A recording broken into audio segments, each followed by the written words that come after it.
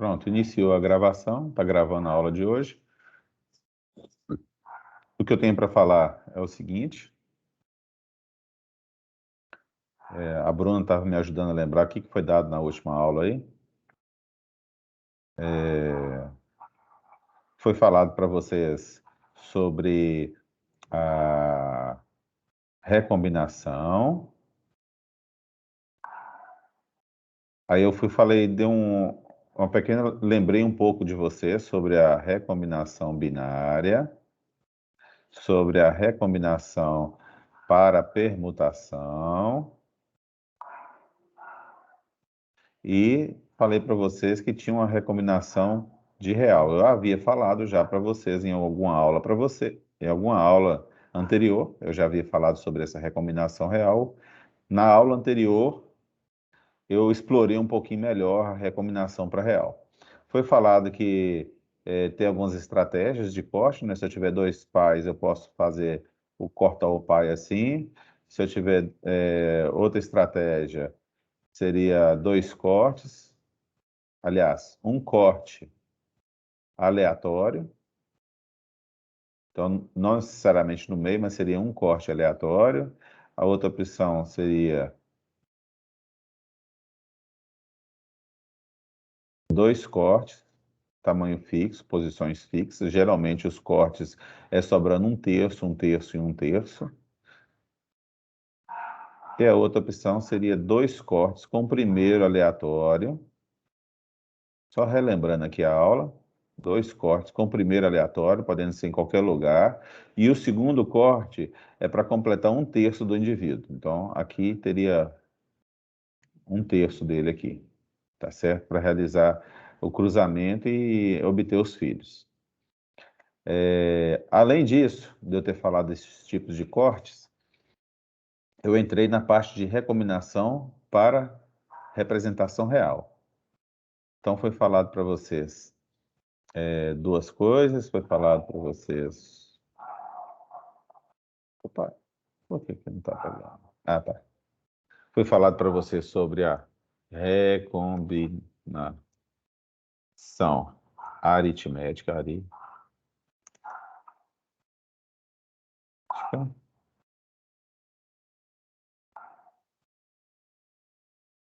falado também recombinação BLX.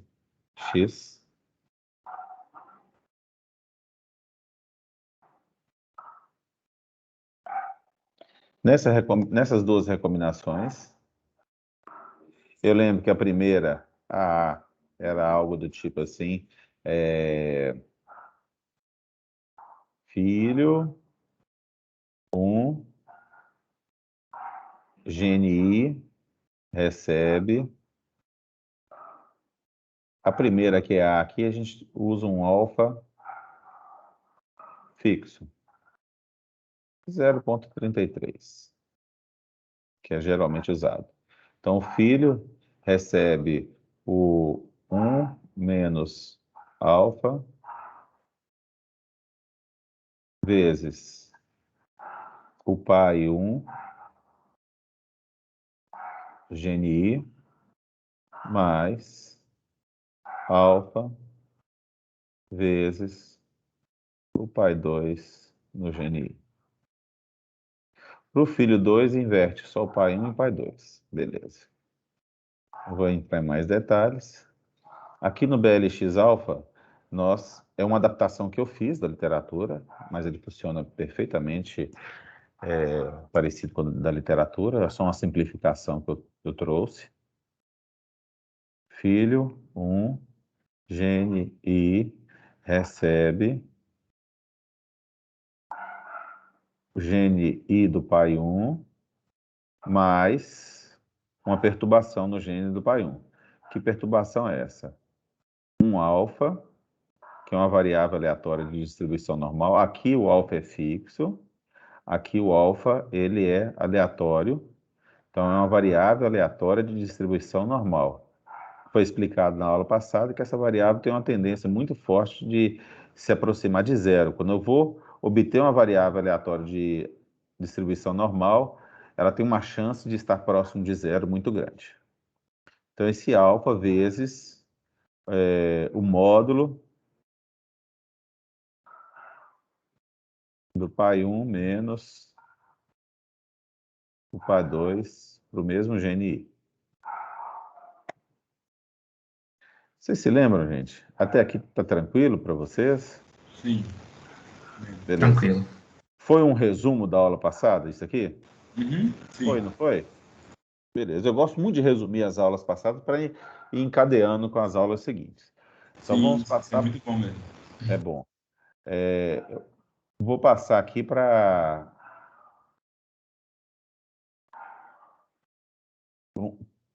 algo novo, que é da aula de hoje, que seria a mutação para representação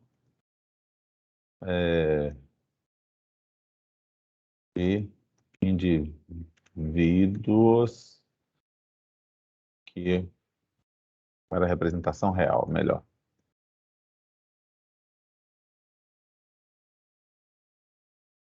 Mutação para representação real. Só assim tá bom. Beleza. Beleza. O que a gente vai fazer? É bem parecido essa mutação aqui. Eu tenho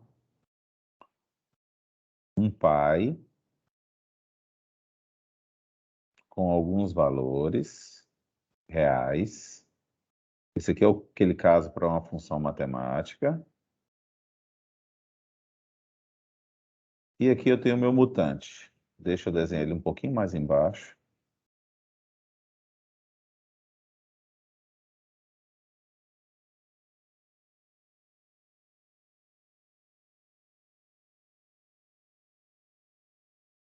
Acho que nas próximas aulas eu vou mudar. Quando eu for usar esse alfa aqui do BLX alfa, para não confundir com o alfa do aritmético, eu vou usar uma outra letrinha, um beta, alguma coisa assim.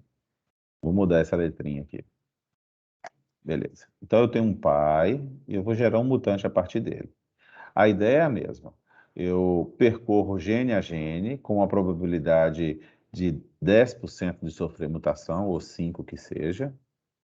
Então, esse gene aqui vai sofrer mutação? Não. Copio ele. Esse gene vai sofrer mutação? Não. Copio ele. Com probabilidade de 10%, ou 5. Esse gene vai sofrer mutação? Vai. Então, antes de copiar ele, eu ponho uma perturbação nesse gene, acrescento mais alguma coisa, pode ser um valor negativo ou positivo, e colo ele aqui. Vai sofrer mutação? Não. Então, copia ele idêntico. Vai sofrer mutação? Não. Copio ele idêntico. E assim por diante. Tem uma regra que eu pedi para vocês implementarem que...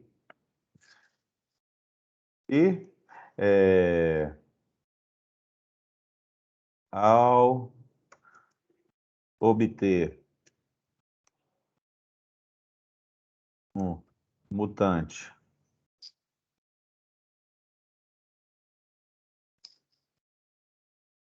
utilizando a taxa de mutação igual a, vou colocar 5%. 5%. Se ao obter um mutante utilizando a taxa de mutação de 5%, o mutante não apresentar nenhuma alteração em relação ao pai,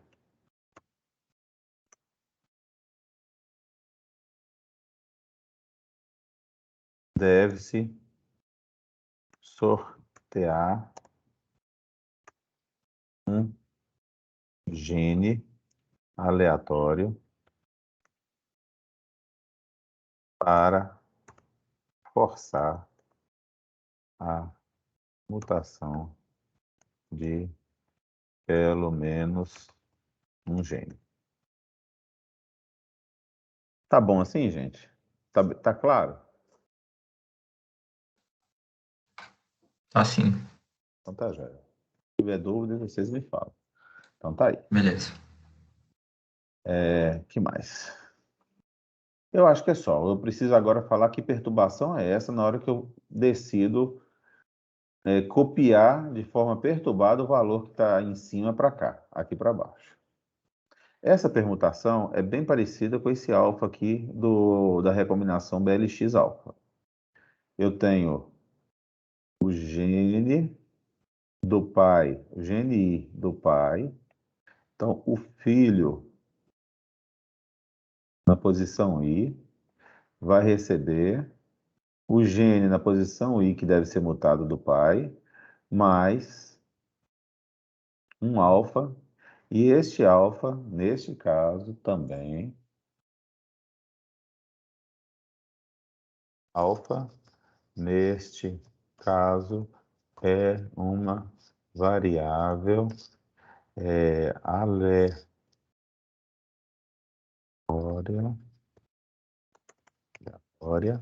de distribuição normal.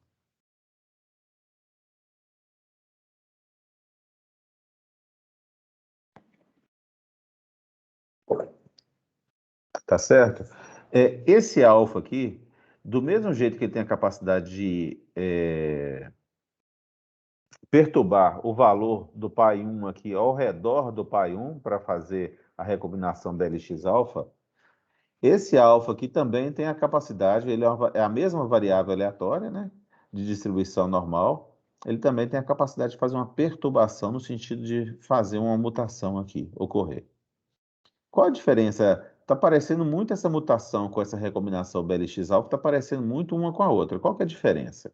A diferença é que eu levo em consideração a direção do pai 1 e do pai 2 para aplicar o meu alfa.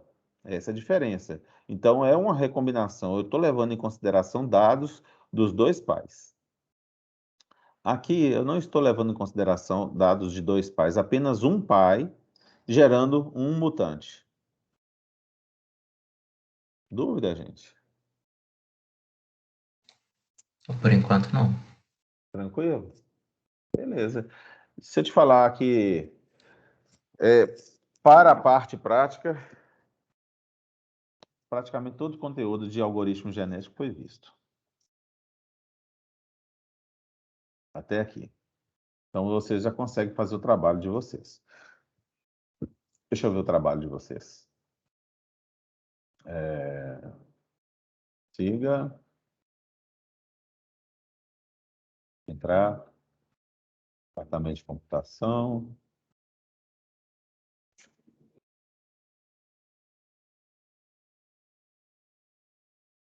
Tá aqui, ó.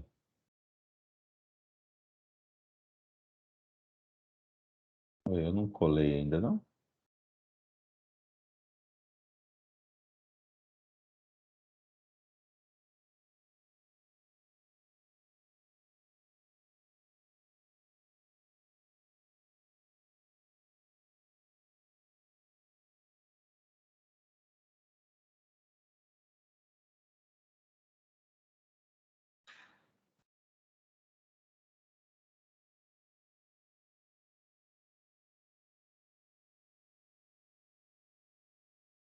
Vou tirar da edição aqui, talvez fique mais fácil. Deixa eu ver aqui, o exercício prático 1.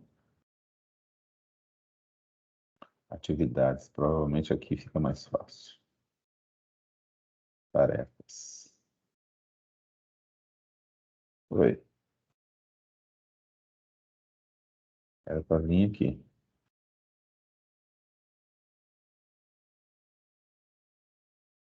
Overleaf.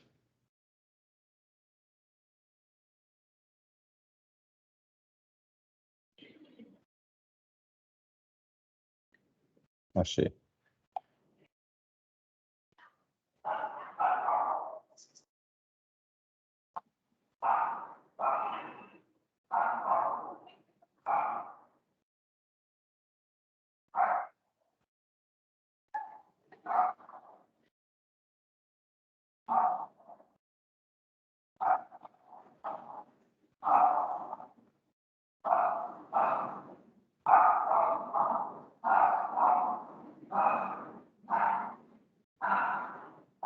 Beleza, o trabalho está aqui. Ó. Eu vou ler o trabalho com vocês. Usar o AG feito em sala de aula para otimizar algumas funções usadas como benchmark para algoritmos evolucionários. Na tabela abaixo, que é essa tabela aqui, se encontra a relação dos alunos e qual a função que ele irá otimizar, alocada aleatoriamente, ou seja, esses números aqui foram alocados aleatoriamente.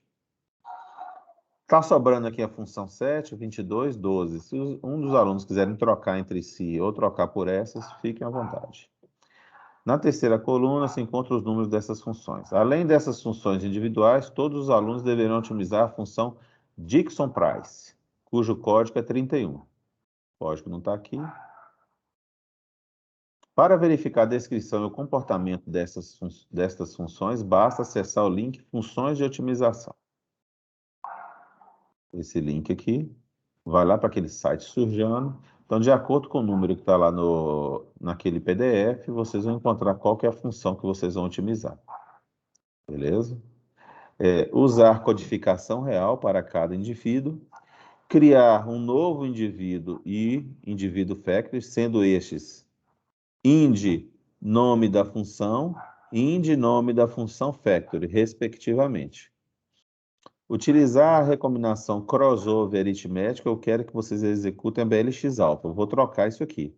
E a mutação gaussiana, que é a mutação que eu passei para vocês lá, que utiliza uma perturbação gaussiana. O trabalho individual, executar o FGA parametrizado com os valores N igual a 40, 40 indivíduos. Dá para tentar com 20, sem problema nenhum. Elite igual a 8, se passar para 20 o de cá, passa para 4 de cá, e 2.000 gerações. Em cada uma das execuções, coletar o melhor indivíduo da última geração e sua avaliação. E somente isso. O que vocês acharam, gente? Dúvida? Não, por enquanto, acho que não. Achei tranquilo. Tranquilo, né? Eu já cheguei a citar para você sobre o código-fonte. Cadê o código-fonte?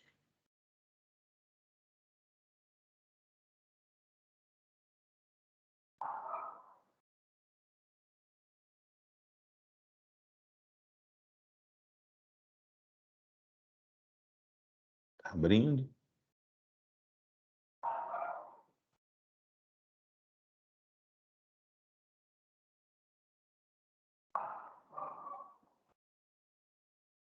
Abriu. AG, algoritmo genético. Por exemplo, quem pegar a função rastringin, está aqui, indivíduo rastringin.